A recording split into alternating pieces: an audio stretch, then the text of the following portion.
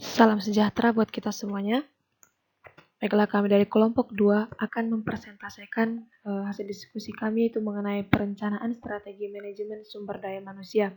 Sebelumnya kami akan memperkenalkan anggota kelompok kami yang terdiri dari 4 orang.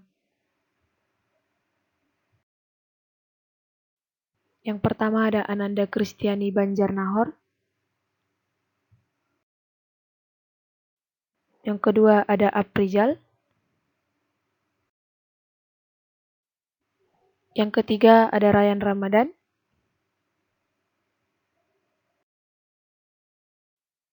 Yang keempat ada Sakinah.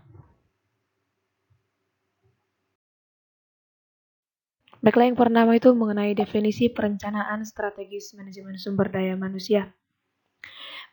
Strategi manajemen sumber daya manusia adalah suatu pertalian antara manajemen sumber daya manusia dengan tujuan dan sasaran strategi yang dimaksudkan agar dapat memperbaiki kinerja bisnis dan mengembangkan budaya organisasi sehingga dapat mendorong dan membantu untuk berkreasi, berinovasi, dan lebih fleksibel. Strategi manajemen pada dasarnya merupakan kumpulan dari tipe-tipe strategi yang merupakan suatu proses dalam menganalisis situasi persaingan perusahaan untuk mengembangkan tujuan strategi perusahaan dan memikirkan suatu rencana tindakan dan alokasi sumber-sumber daya yang meliputi manusia, organisasi, material, dan modal sehingga dapat meningkatkan kemungkinan pencapaian tujuan perusahaan.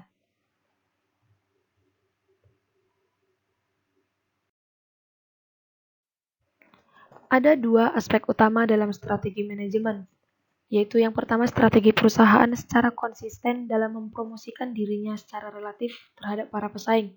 Yang kedua strategi untuk mencapai tujuan perusahaan dalam lingkungan yang sedang dihadapi saat ini.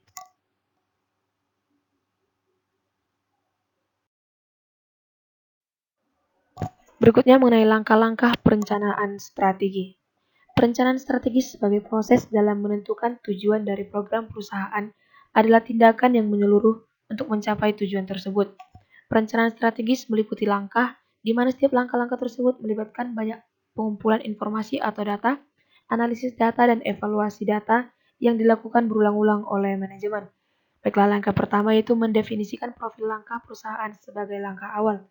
Dalam langkah ini akan timbul pertanyaan-pertanyaan yaitu berhubungan dengan bentuk bisnis perusahaan, termasuk mengapa perusahaan itu didirikan, apa kontribusi perusahaan terhadap sumber daya manusia, apa motif pemilik ketika mendirikan perusahaan. Langkah kedua yaitu mengkaji kondisi lingkungan. Pertanyaan yang timbul dalam langkah ini yaitu perubahan teknologi, sosial, ekonomi, budaya, dan politik. Apa kemungkinan yang akan menjadi peluang dan ancaman bagi perusahaan? Bagaimana dengan suplai SDM? Bagaimana kemungkinan meningkatnya tuntutan hukum tentang kebijakan perusahaan di kemudian hari? Bagaimana perusahaan menghadapi derasnya perubahan teknologi? Langkah yang ketiga yaitu mengevaluasi kekuatan dan kelemahan perusahaan. Dalam langkah ini akan timbul pertanyaan yaitu apa faktor yang dapat meningkatkan bisnis perusahaan? Kemudian faktor-faktor apa yang kemungkinan dapat menjadi penghalang dalam menentukan alternatif pilihan atau tindakan? Dan faktor-faktor SDM apa yang kemungkinan akan menjadi penghambat atau merintangi perencanaan strategi. Langkah yang keempat itu menentukan tujuan dan sasaran perusahaan. Dalam langkah ini pertanyaan akan muncul yaitu apa tujuan pemasarannya, bagaimana proyeksi laba, serta kapan investasi akan kembali, apa dasar penentuan penentuan targetnya itu, bagaimana pola marketingnya, dan siapa segmen pasarnya. Langkah yang kelima itu menyusun strategi akhir. Pertanyaan akan muncul dalam langkah ini itu program-program apa yang akan dilaksanakan untuk pencapaian tujuan operasional tersebut. Pertanyaan-pertanyaan tersebut lebih fokus untuk mempertajam pada pertanyaan-pertanyaan terdahulu dengan memanfaatkan sumber daya manusia yang benar dan berkualitas.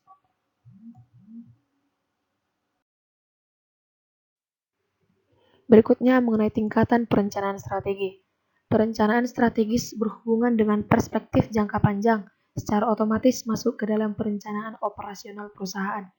Perencanaan operasional memiliki perspektif jangka menengah dan pendek yang berkaitan dengan program tertentu yang merencanakan jenis, jumlah sumber daya manusia yang dibutuhkan, struktur organisasi, rencana suksesi, dan pengembangan sumber daya manusia, rencana tertentu untuk menetapkan rencana-rencana strategis. Dalam perencanaan strategis pada dasarnya sejajar dengan proses perencanaan bisnis. Berikutnya mengenai isu-isu perencanaan strategi manajemen sumber daya manusia. Melalui manajemen strategi, perusahaan secara terus-menerus menilai dan membicarakan berbagai peluang untuk meraih keuntungan dan keunggulan bersaing. Sebagai strategi bisnis yang berupaya meningkatkan kualitas manusia, implikasi SDM pada perencanaan bisnis maupun mengubah sebuah perusahaan menjadi terkemuka dan memiliki gaya manajemen sendiri. Isu SDM adalah kesenjangan antara situasi yang tengah terjadi dengan situasi yang diharapkan. Isu SDM terjadi agar pekerja bisa memberikan kontribusinya yang lebih efektif dan produktif bagi keberhasilan strategis bisnis.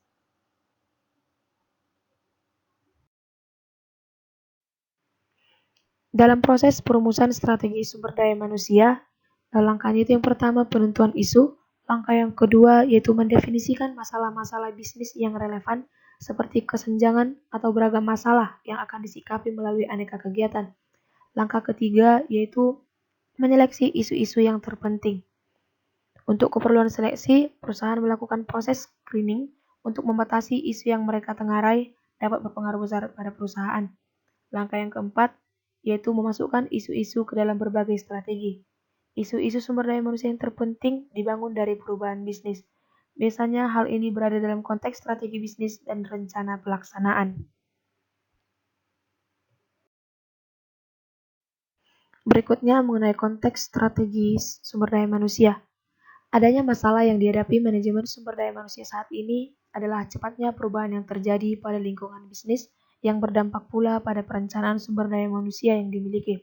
Proses perencanaan sumber daya manusia adalah proses analisis dan simulasi kebutuhan sumber daya manusia sesuai dengan data rekapitulasi kekuatan sumber daya manusia yang dimiliki perusahaan, dikaitkan dengan rencana pengembangan aktivitas Departemen Sumber Daya Manusia di masa mendatang. Hal ini akan berdampak pada pengadaan sumber daya manusia atau penempatan sumber daya manusia pada lokasi atau unit yang membutuhkan.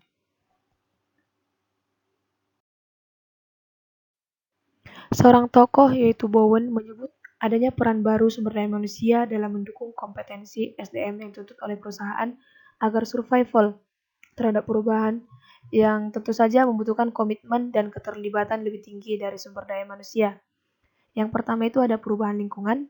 Dalam perubahan lingkungan ada dua aspek. Yang pertama eksternal, di mana aspek eksternal ini mencakup ekspansi global, persaingan domestik dan internasional, karakteristik demografi, karakteristik angkatan kerja, dan tren ekonomi.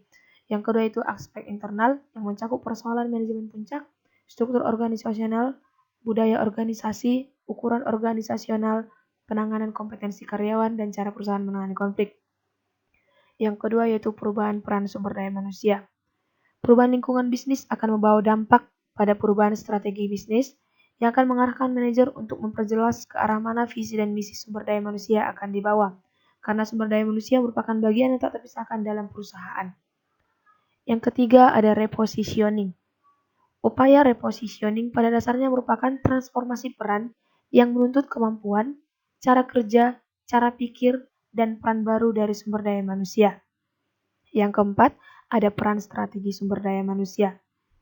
Peran strategi sumber daya manusia sebagai hasil keluaran repositioning diharapkan dapat memberikan kontribusi signifikan dalam perencanaan bisnis.